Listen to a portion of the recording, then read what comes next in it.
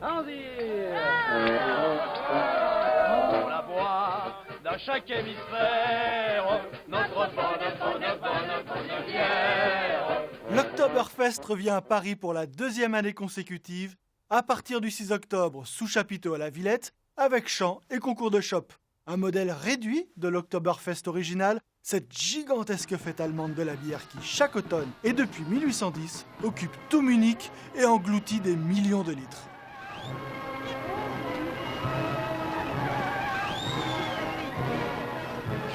La France est petit bras en matière de consommation de bière, loin derrière les Allemands, les Irlandais, les Belges ou les Anglais. Alors cette opération de promotion vise-t-elle peut-être à combler ce retard ? Encore que le retard est tout relatif dans certaines régions. Été 1975, dans le Nord, c'est la canicule, où l'on voit que l'expression consommer avec modération est à dimension variable. Cette année, malgré la chaleur qui persiste et qui incite à boire, les gens du Nord ne manqueront pas de leur breuvage préféré. Et puis, la bière, ce n'est pas mauvais pour la santé, à condition d'être raisonnable, bien sûr. Le Comité national de défense contre l'alcoolisme dit même qu'on peut en boire jusqu'à 1,5 litre sans danger pour la santé. 1,5 litre de bière par jour. Les normes ont changé, mais on lui trouve quand même des vertus médicinales. Selon de nombreuses études, elle a des effets bénéfiques sur la santé. La valeur de la bière s'explique par sa richesse en vitamine B, sels minéraux et glucides. Une de ses propriétés, son impact sur le mauvais cholestérol. Ça agit sur le profil lipidique par le biais de l'alcool.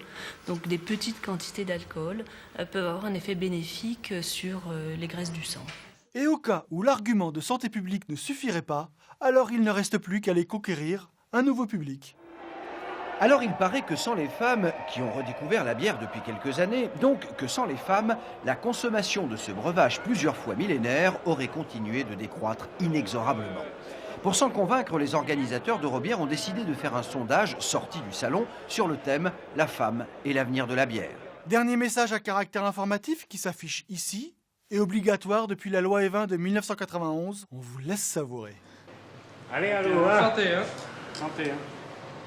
Aïe, aïe, aïe, ça va faire du bien, ça.